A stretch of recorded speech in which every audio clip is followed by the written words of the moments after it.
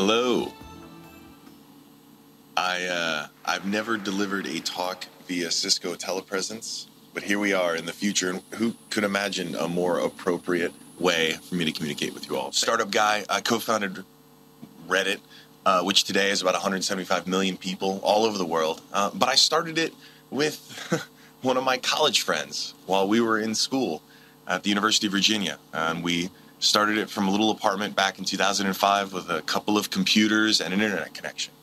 And I've gone on to help start a couple other companies like Hitmonk, Travel Search, and then I'm also now, as you heard, a partner at Y Combinator. But my entire career, the last 9 years of my life, were made possible thanks to the internet. Not just any internet, but an open internet. An internet where I knew that if me and my buddy Steve, even though we had no connections other than an internet connection, we didn't have much funding. We had about 12 grand in the bank from Y Combinator actually back then. As long as we built something that people wanted, we knew that we could win. We knew that if we could build good enough software, we could get more traffic one day than the New York Times or CNN or any other news website. And an open internet is this amazing platform, this stage, and this library for knowledge, right? We can go and seek out amazing new things, and then we can go build some of our own and put it right back on the shelf alongside what we've just learned from. And whether that is an app, or whether that is a knitting tutorial, or whether that is a great recipe for some like Vegemite remix, I don't know, you can do some fun things with that, right? We are all constantly on the same platform as creators and consumers. And what's so cool about this is it's changing perceptions, right? Like I said, I'm on the cusp at 31. I remember not having an internet connection, and I remember getting that first dial-up in my teens, and I was lucky enough to have that access and have parents who said, sure, we'll invest in an expensive computer for you, just don't break it, right? Teenagers today, by and large, right, if they're lucky enough to have basically had the access, they've grown up with this technology all their lives. So they see it in a very different way. Right? They don't see it just as a way to consume. They see it as a way to create. And what we're doing, what this technology is doing, is creating a generation of people who don't only think of themselves as consumers, but also as creators, right? They're not just playing Angry Birds. They're learning how to code and wondering how they can make Angry Birds better. They're not just listening to that new track. They're not just downloading it or listening to it off of SoundCloud or YouTube. They're thinking about how they can remix it, make it a little bit better, and push it back online.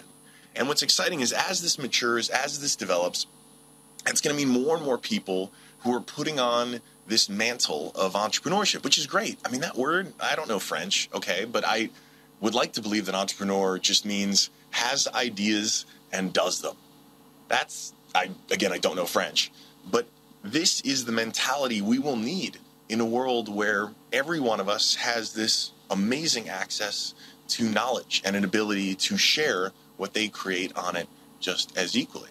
And like I said, it's happening everywhere. This isn't just a uniquely American phenomenon. Absolutely not. Silicon Valley is not the only zip code that has innovation and has entrepreneurship. And what's so exciting, and this makes my job a lot harder as an investor at Y Combinator, is knowing that the next Reddit or the next Facebook or the next Twitter or the next, you fill in the blank, can come from anywhere.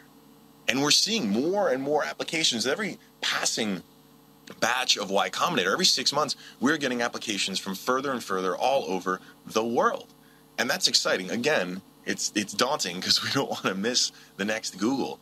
But it's just as likely to come out of somewhere in Australia as it is to come out of the United States. Now, there are things you can do to help facilitate and encourage that. And you've heard that from some of these introductions here. There's plenty that can be done in the way of education, in the way of creating areas for innovation by making sure that there's capital there and encouraging it. But this is a huge sea change. Okay, bottom line, we have a whole new type of creator in the economy that doesn't need to open a factory anymore, right? In the Industrial Revolution, if you wanted to change the world through business, you had to open a factory. In the internet revolution, you just need to open a laptop.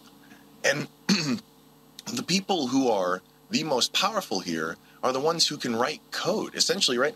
All the stories, like I said, the Airbnbs, the Dropboxes, even the Reddit story, they all start with laptops and a mind and an internet connection. And it's happening in really unexpected places.